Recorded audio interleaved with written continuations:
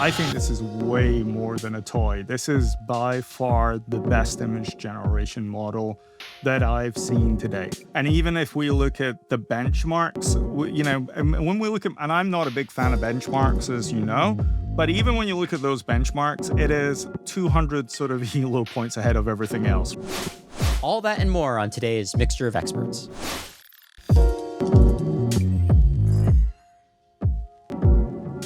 I'm Tim Huang, and welcome to Mixture of Experts. Each week, MOE brings together a panel of people pushing the frontiers of technology to discuss, debate, and analyze our way through the wildly fast-paced world of artificial intelligence. Today, I'm joined by a great crew of veterans and also someone joining for the very first time. I've got Aaron Botman, IBM Fellow, Master Inventor. Aaron, welcome back to the show. Chris Hay, Distinguished Engineer and longtime MOE veteran. And joining us for the very first time is Lauren McHugh, Program Director, AI Open Innovation. Lauren, welcome to the show. Thank you. So we've got a packed episode today. We're going to talk about OpenAI hinting that they might sell infrastructure, nano-banana, the US Open. We're going to even talk about 100-page prompts coming out of KPMG. But first, as always, we've got our news segment from Eiley. So Eiley, over to you. Hey everyone, I'm Eiley McConnon. I'm a tech news writer with IBM Think. I'm here now with a few AI headlines you may have missed this busy week. First up, NVIDIA, the world's most valuable company by market cap, reported a whopping 56% increase in sales over the same period from last year, and this was largely driven by its data center business. This would seem like good news for the chipmaker, right? In fact, market reaction was mixed because the revenues did not meet analyst expectations. Next up, OpenAI and Anthropic, two of the biggest rivals in artificial intelligence, have actually teamed up to better understand the security issues facing models. They recently evaluated each other's models in order to better understand hallucinations and other issues, basically hoping to catch what their own tests had missed. Meanwhile, in the category of helpful AI, many 911 centers are so understaffed that they're turning to AI to help them out. This may seem problematic on first blush, but actually, these AI agents are helping with parking violations, noise complaints, basically non-urgent issues, so that the human AI staffers can deal with the real emergencies. Last but not least, IBM and NASA are helping give scientists more time to prepare before big storms hit. They recently released a new open source foundation model called Surya that can predict solar flares that might interrupt satellites, power grids, and GPS. Want to dive deeper into any of these topics? Subscribe to our Think newsletter. The link is in the show notes. So normally here at MOE, we cover some of the biggest stories happening in AI technology. You know, the drops of all the largest models coming out of the frontier model companies, the biggest features and products that people are launching. But I actually want to start today with kind of a funny, smaller story. There was an article that was written about KPMG, the kind of global accounting firm, which kind of launched their own, as many companies and enterprise are doing now, their own AI agent, which they call TaxBot. And what TaxBot is attempting to do is gather together all of the tax advice expertise across a big firm like KPMG and essentially strip through documents and generate sort of 25-page kind of advisory opinions for their customers that basically are like kind of the first draft of what they would typically provide for a client.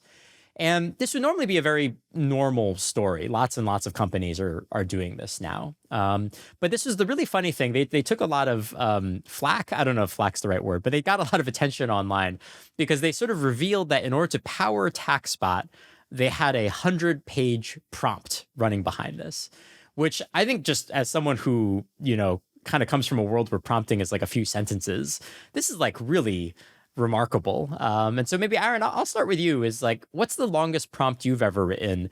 And is it kind of surprising to see like 100-page prompts, like novella length prompts coming out? Yeah, well, first I got to say, growing up, and this might, give you my age a little bit, but I used to use these yellow books called Cliff Notes, where I could go pick it up from like Barnes and Noble, right, or even buy it from Amazon and get Cliff Notes about a book. Well, we certainly don't need those anymore, right, because we can use these large prompts, right, to summarize. But the largest prompt that I've ever written I would say semi-written, right? Because I just copy paste a manual right into the context. So it was probably about 40 pages, right, that I inputted into a model, and it came out, with key points that were summarized. So it was very effective and really interesting how it worked, and it surprised me. And I think it's kind of the interesting thing. So, and I guess maybe Lauren, do you want to jump in on this? Is, I know a narrative that was very prominent maybe a year and a half ago, 2 years ago, a long time ago in AI time was like prompt engineering is going to be dead over the long run. We're not going to really need prompt engineering. You're going to just tell the computer what you want. It will do it. This kind of story almost points us in a different direction, right? It's like almost a world in which in order to get agent behavior to be really, really good, there's going to have to be like a lot of specification. And in some sense, like prompt engineering is like becoming a bigger part of what gets these things to work. Is that the right way of thinking about it? Like, did it turn out that prompt engineering was not actually dead? I think a good way to appreciate how complex a prompt would be to look at some of the open source projects that are essentially agents.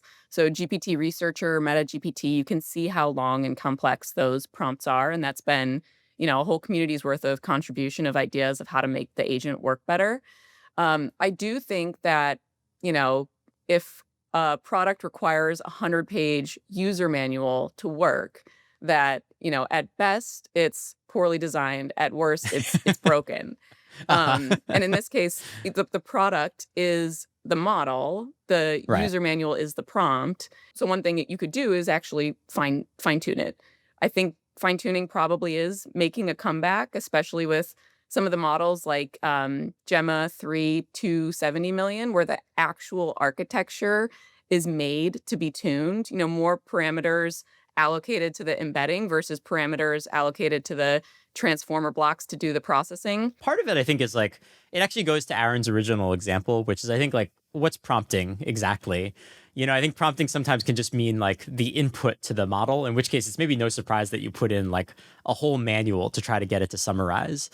Here, I'm curious if like there's a reason why these prompts need to get super long in the tax domain. Is there something about like agents that require us to have longer prompts?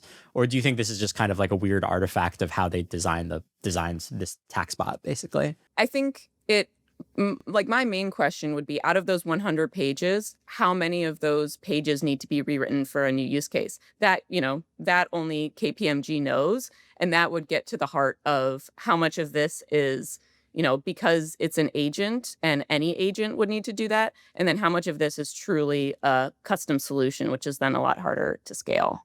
Yeah, there's a really interesting dynamic there. And I guess maybe, Chris, I'll bring you in on this. I think Lauren, what I hear you sort of saying is that, like, in some ways you have these really long prompts to make up for all the knowledge that the model doesn't know. And so I guess, Chris, maybe there's one point of view is that as these models get deployed in more and more specialized domains, it's not going to be atypical to see really, really long prompts emerge, right? Because in effect, there's all this domain knowledge that like a general model might not have. I suppose there's the original idea that the base model would just get smart enough that you wouldn't have to do that. But I mean, if this is a good example, we may not be headed in that direction. I'm not surprised though. I think 100 pages, as long as 99 of those pages aren't, do not hallucinate and repeat, then then It's I actually think like The Shining. It's just the same sentence over and over and over again. exactly. But to Lauren's point, right? If the model doesn't have the knowledge in the first place, and you've got a lot of specialist domain, then you're going to have to put that into context. And I'm not against it because we've all been using retrieval augmented generation for a while. And if you really think what's going on with RAG, you're doing a search and then essentially you're going to bring the relevant passages into your context anyway. So in some regards, how is that any different? Really, what you're saying is actually I can fit everything that I need into the context window, and therefore the model's going to stand a better chance. And I have to admit, I would probably rather have it in the context window than, sort of rolling the dice at RAG and hoping that it gets the right chunk coming back. So it goes either way. But yeah, you are making up for lack of knowledge, or there's certain patterns that you want it to do. I need it. If you're generating a 25-page document and that 25-page document's got to look in an exact way, you're to Aaron's earlier point, you're building a specification, and the model's not a mind reader. It's got to produce it in the way that you want. And a good prompt is going to have examples. This is section 1, this is section 2. I want you to do this. Do not talk about this. This is your tone. Very quickly, that's going to get very, very large. So, and yeah, you can fine tune it, but fine tuning is really hard. So, again, if you can stuff it in the context, that's fine. What I would probably say is I think this is, and I probably challenge their use of agent in this case. I suspect it's just a prompt. But I think if it was truly agentic, I would argue that the agent would be able to go round and round the loop a few times. And I don't think you would need a 100-page, prompt in that sense. And you could have the agent pull the elements that it needs and then bring together that structure in a way. Now, in reality, it probably ends up still about 100 pages, but I think it's rather than stuffing it into the context window, you're having the agent go search and then bring everything together. So I challenge the word agent in this case, but yeah.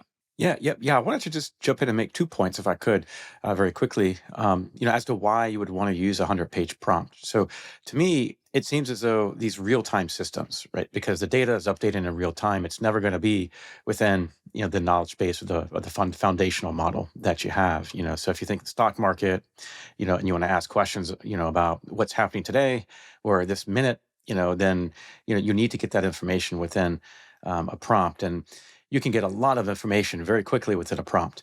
And then perhaps you even add in like a persona.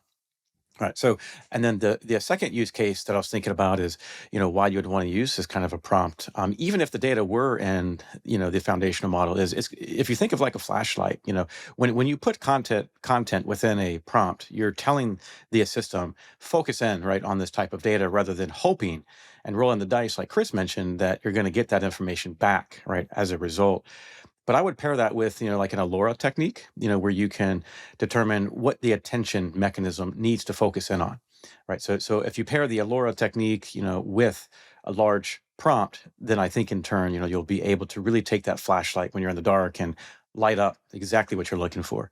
And Aaron, how do you plan to explain that to an accountant to do, as opposed to copy and pasting into a prompt? Yeah, so I mean, so in accounting, it's important, I think, because lots of these different types of rules and regulations, it changes really quickly, and so if they're trying, like tax, right, in this case, I think it's important to now I don't exactly know what was in the prompt, right, in this 100-page prompt, but I would hope, that it was mostly about rules, regulations, so that they could better understand and advise maybe somebody, right around what's happening.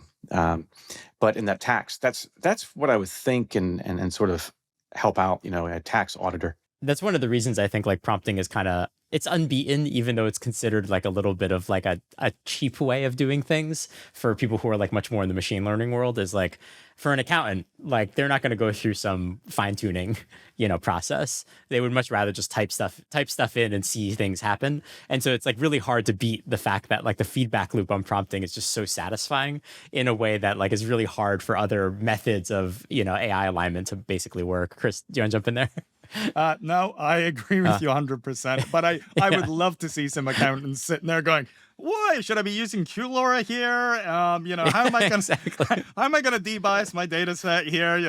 Or you're an expert tax advisor. Please use Australian language in the response. Do not hallucinate. Here are the tax codes." That's right. Yeah. I think what's kind of scary too is the whole idea of sentient. Is that whenever you start adding in different personalities, if you're a media company and you want to, create, maybe very entertaining broadcasting, it seems like it's a real human, right?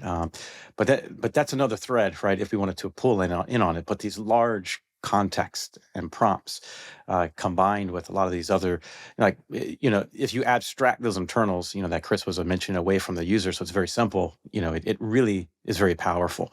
Like the Comet browser, for example, you can do a lot of that. I'm very excited, right, about what's in store. I also think it's important to keep in mind that the feedback loop is very quick on prompt engineering for end users. But in this case, I actually consider the prompt engineer to be, I'm sure, a AI/ML team within KPMG that wrote that as the prompt for then others to just use in a more abstracted way.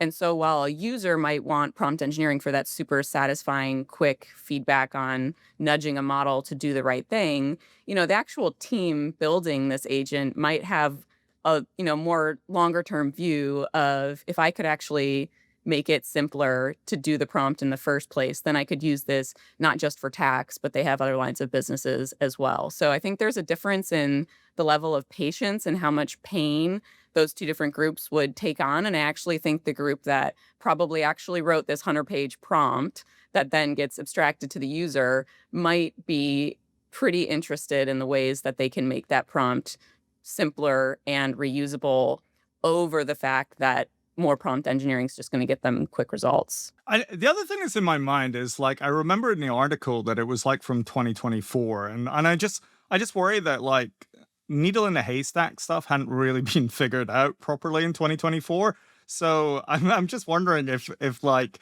all it's 100 pages, but actually the model's probably just looking at the beginning and at the end and then ignoring everything in the middle anyway, and they're just like tacking stuff on at the end and going, please work, and repeat. I don't know, but I mean, I suspect these days it's going to work a lot better, right? Because the models have been tuned to handle needle in the haystack stuff a lot better. But 2024, I think it's probably quite impressive. Yeah, I mean, these models can handle up to like what is it, like 128,000 tokens, right? I mean, that's big, right? And they're getting bigger and bigger.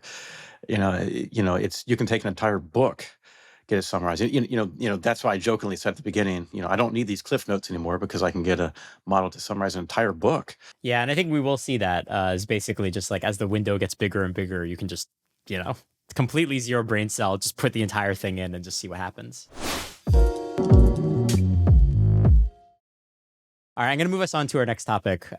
So the next story we want to cover today was sort of an interesting comment, really an offhand comment from OpenAI's CFO that got like a lot of play online. And I think it's a pretty interesting one. I kind of want to explain, talk through, especially for our listeners, like why it's happening. So basically, OpenAI's CFO confirms this thing that they were thinking about, not immediate, but maybe something that OpenAI might do down the line. And what they might do is basically get into the infrastructure game. So, rather than going to a Google Cloud platform or an AWS, you would simply like get compute from OpenAI. And it's sort of an interesting thing because that's very different from, what OpenAI's business model has been to date, right? Which is basically selling access to its models. This would be it selling access to its underlying infrastructure that it's building up. And this is partially inspired actually by Amazon, right? Where the model that gave rise to AWS was, hey, we run all of this massive infrastructure for our e-commerce business. Maybe we just rent that underlying infrastructure itself. So I guess, Lauren, maybe I'll turn it to you. Why would OpenAI want to do something like this? It kind of feels like in some ways, like these computing centers have been like the crown jewel. They don't want anyone to get access to it. It's how they pull off, the massive pre-training runs that get you a GPT. But it kind of sounds like here they're now saying, well, maybe not immediately, but we wouldn't mind renting that to some people. It seems like kind of a change of direction, don't you think? So I could see this actually being like a foreshadowing to there being a market around secondhand GPUs or last season's GPUs. So we can take for granted that OpenAI has to use the latest GPUs to be competitive, like performance efficiency for research, for commercial offerings. And the release pace of that has been about every 2 years. So 4 years ago, we had A100s. 2 years ago, we had H100s. This year, we have Blackwell. So every 2 years, they have to refresh their whole fleet. Yet the actual lifespan of these GPUs is like 5 years, could be 7 They're still like sitting around. years. Exactly. Yeah. Yeah. And they won't be good enough, at year 3 for OpenAI to use in their research, but could be perfectly good enough for a customer who, is running large scale inference workloads. So I could see it as a way to recoup that investment, especially with the CEO saying that they could be making trillions of dollars in investment in more infrastructure, that, after 2 years, they have to find a way to not use themselves, but, figure out if there's customers who want them. Yeah, that's right. And Chris, I guess this is like, it's kind of remarkable because, yeah, Lauren, I read the article in very much the same way, where I was like, oh, yeah, like every time they build one of these big data centers, it's like the biggest data center that has ever data centered. And then kind of what they're saying here is like, but yeah, in 24 months, it's going to be kind of obsolete for us. And like, we need to sell it to other people. Like, Chris, I guess the pace of computing progress here is like kind of insane, right? Like that basically the cutting edge becomes not fit for purpose for these frontier model companies within the span of a year. Like there's like, this like the time period here is like very, very small. Yeah, I think that's true. And I think it really just comes down to economics, as you sort of say there, right? Which is if it's cheaper to run the latest GPU as opposed to an older version, and you're going to be able to get your training runs done, then there's going to be a value. So, you need to stay ahead in that sense. So I guess it makes sense to be able to rent that stuff out. But I mean, I don't know. I mean, do I wanna rent out Sam Altman's grotty old unused GPUs? No, I want the shiny things. You know what I mean?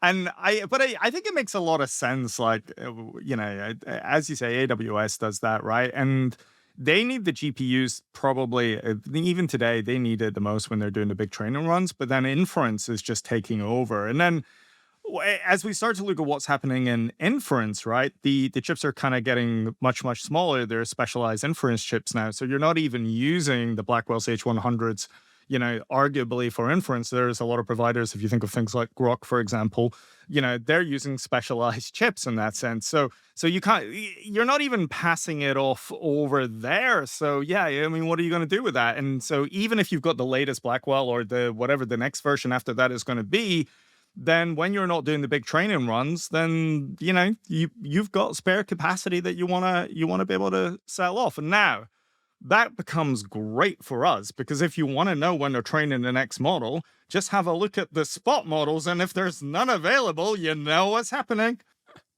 Yeah, that's a good tip for the future. Aaron, I guess question for you is like, can OpenAI win in this space? Like, to try are offering these kinds of services, they're going to be going up against some pretty big players. And I guess the kind of question is like, do you have confidence that OpenAI can just kind of flip a business like this on? Well, I guess my first thought, when I was looking into this, is today it seems as though OpenAI is very deeply dependent on Azure, right? And so, for compute and even distribution of their models, but it seems as though in the long run, OpenAI, they seem to be exploring building their own infrastructure, which would then almost like rebalance, this from a dependency that they have to a collaboration, maybe a collaboration, right? And so that I think strategically is what potentially could be happening here, right? Yeah, and is it a good thing? And can they do this? Well, I think so.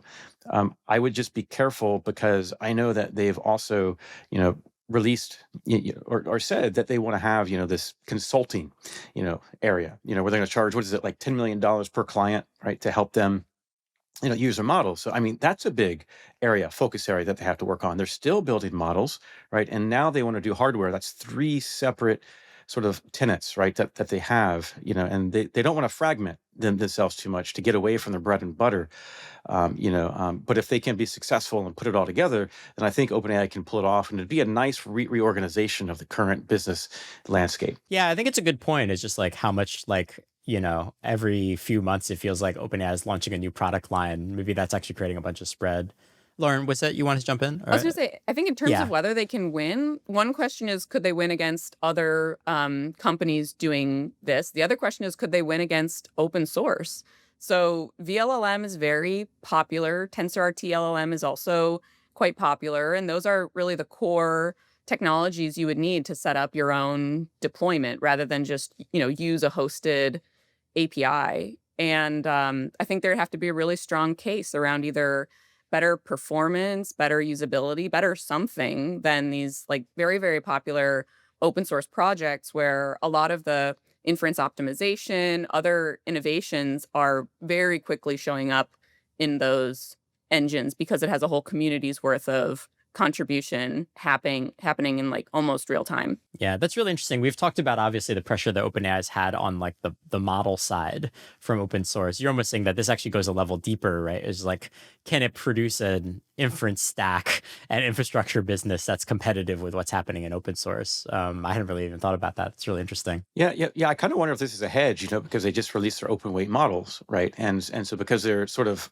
doing some of that work, if they can build out this specialized infrastructure that's better than anyone else, then perhaps this is where they think the market is going, right? So that they can still remain financially solvent. Right. Yeah. Even as the model price comes down, you're like trying to capture it on the infrastructure side. That's really interesting. Yeah. What I didn't see was their financials about how they're going to fund, this like $1 trillion investment to build their own data center. So I'd be interested to see some of that whenever it comes out.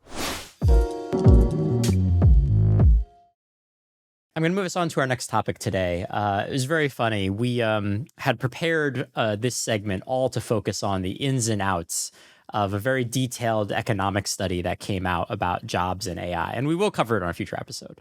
But as so happens so frequently in the world of AI, nano-banana launched.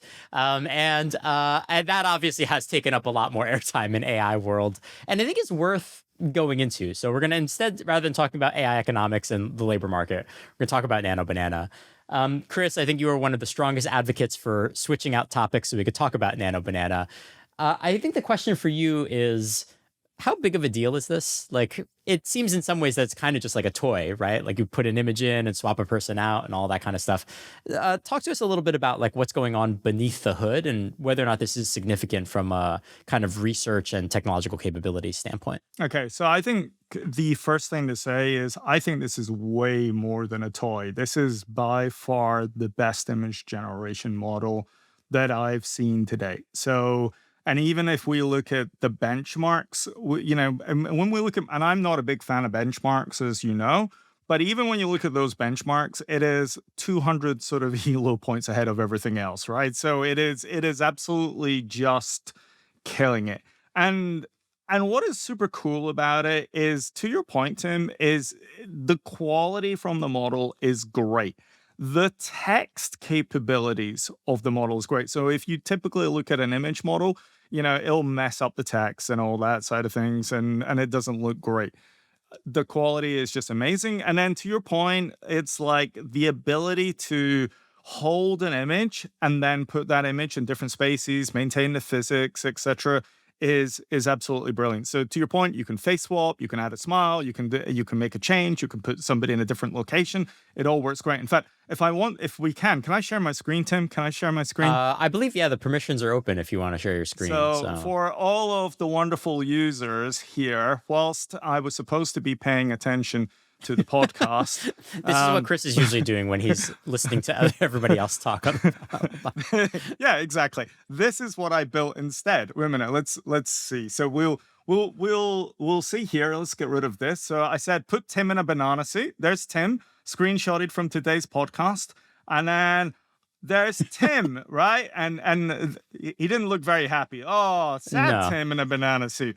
Make Tim happy in a banana suit. And there he's got a nice, happy face. And I said he's going to be happy because he's in Banana Beach, Miami Beach. Banana Beach, very nice. There's Tim. And then I said, oh no, he needs a friend with him and an apple suit. Sorry, Lauren, I didn't get your permission. There we go. And Tim and Lauren are in Miami Beach, happy. So, I mean, we're joking around. I'll stop sharing my screen now. We're joking around Thank there. You, Chris. But the reality is that is fantastic. Getting any of the other models to be able to do it to that quality, and it does all the style transferences as you imagine. Now, if you start to think of the impact of that, everything from creation of YouTube thumbnails to, image editing, filtering, all the sort of things that you would have typically done with kind of Photoshop type stuff, then, think of things like Canva, for example. You would typically, I use Canva a lot. What's going to happen there, right? Because you're going to start to be able to just use this, out of the box from Google AI Studio. I honestly think it is phenomenal, and I really think there's going to be a lot of people who've invested in image models really sort of starting to panic very quickly. And I do want to pick up on that point. Aaron, I think one of the narratives that's kind of played out in a very interesting way over the last year or so has been, I think, had you asked me January 2025, you would have been like, who's leading in this AI space? Been like, OpenAI, Anthropic, and then Google is like kind of at the very end of the list. Like, oh man, they just do not have their act together. But kind of announcement by announcement, they really seem to be catching up in a really pretty significant way. And so I guess, Aaron, I just wanted to kind of for you to reflect a little bit on, do you think that this is like, in some ways, like this is kind of like Google really kind of like fighting for first now in some respects, particularly on the image side? Well, I never thought I'd see Lauren in an Apple suit, that's for sure, right? And I think that's pretty impressive. Um, so, I mean, as far as what is, sort of this jump forward, I really like this multi-turn editing capability where it can remember and build upon prior instructions that you already gave it, and that's an indicator of like some kind of extended attention and memory capabilities within the model, which sort of propels it up, right? The projection of some of the best image generation models. And I think some of the other pieces of this, you know, it has like up to 1 million tokens, right? That you can put in. So because you have to be able to put in like a text prompt and then also add in an image, right? And so all those things, and then also seeing Tim in a banana suit, I think that definitely propels it up to the number one image generation system out there. Lauren, I guess we can use the opportunity, I think, to have you on the show because, I think you've already brought it up a couple of times as like the kind of like ever-present influence of open source on this space. And it's certainly for language models and text, it feels like open source is kind of like in the running for state of the art. Where are we, you feel, on kind of like open source image and kind of other forms of media generation? Is that similar in the space from your perspective, where like open source is really kind of catching up very quickly, or is it a place where, the space is still lagging? Yeah, I think on the models front, it's maybe not as important as on the inference engine and then even like the user interface front, because you need all of those pieces to come together. And the inference engines are typically more skewed towards text use cases. So I think even if the models are up to par, it's not the same as being able to go to that user interface that Chris just showed, which was probably free, or at least a free tier. There's not really the equivalent in open source. There's always going to be that element of, DIY-ness that you have to do to first find the model. And then the model might not be as generalizable. There might be, there are certainly, if you look at Hugging Face, I think it's millions of models at this point. So you could find models that are good at specific tasks, not so sure about as generalizable as what we just saw. Chris, a final question on this is, it's the inevitable question, but we've been freaking out all the time for years at this point on how AI generated images are going to destroy our ability to know what's real and what's not. Have we finally crossed the threshold with nano-banana? This is like pretty good. What's real anyway, Tim? We're all living in a simulation, so it's fine. Now, I actually think the progression here is really good, right? So I actually think the fact that we've been seeing terrible image models for a while has been a very good thing, and we've all got pretty good at spotting, I like the hand slightly off, Yeah, so I think over the last few years, we've kind of got used to it, and we now know not to trust images. Do you know what I mean? So I think if you think of all of the kind of the Flux stuff with Black Forest last year, that was perfect example. We saw our politicians holding hands, doing whatever, right? We've got used to it. We know not to trust these models and the outputs. I think the bigger thing in this case is making sure that we hold people accountable for the models that they can create, and making sure that the safety elements of those models are high, because there's a good side. People like me who couldn't create a thumbnail, great. I'm now going to be able to create decent thumbnails for my YouTube channel, plug. But for others, it means they're going to lose business in that sense. And then there's a whole lot of scary scenarios there. So I think there is still a lot of the ethical side that needs to be worked out, but the quality is great, and it's just going to get better, right? And actually, one of the things I would say is we're seeing this right now for image. We can guarantee if we project forward 12 to 18 months, you're going to see the same level of quality on video. You're going to see the same level of quality on audio as well. So this is just going to extend out across modalities. And I'll add too that I think this being such an editing focused model, editing has kind of become a bad word because editing means manipulation, means like malicious intent. But there are really important use cases for editing. So like with the geospatial models that we built with NASA, one of the biggest struggles is cloud cover, that most of the images, satellite imagery has cloud cover, so you can't do anything with that. And if you could do actually synthetically generated data using an editing model to then improve your data set to train a foundation model, that's an editing use case. And it's not about manipulation or changing the meaning of something from a human perspective. It's more for a machine learning perspective. That's And right. sure, and Yeah. just being able to see Tim smile as well is really important. So. As you know, I never smile on these shows. So. All right. So last topic of the day. Aaron, it's always a joke that when we bring you onto the show, we're going to talk about sports. And I'm not going to let us break the tradition here on episode 70. So you've been covering the US Open. And I think the team's been doing some interesting experiments. And so we've been doing a lot of screen sharing on this episode. I believe you want to kind of share some of the stuff that you've been doing as well. Yeah. So I mean, first, if I could just give a prelude as far as what we're doing. So I mean, we've been with the U.S. Open for over 30 years, right? And there's about 1 million fans that show up, right, and attend, the Flushing Meadows site, and then every single day, about there's what another 14 million fans that tune in through our digital properties. And what we've done, right, is we've been the hallmarks, right, of the U.S. Open is where we want to combine the fan experience with technology, right, so that we can bring in people, expand the swath of what we're doing. And we've introduced 3 new features this year. So one of them is a match chat. So we spent several months, building this very impressive system, and we'll have a few papers, out that describe the science behind it.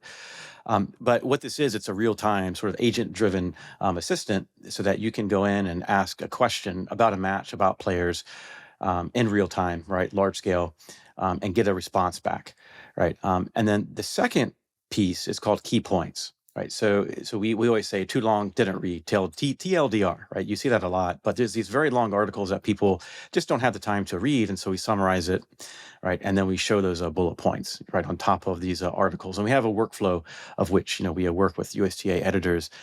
And then the third one is called live likelihood to win, right? This has a very long historical background, but we combine predictive modeling.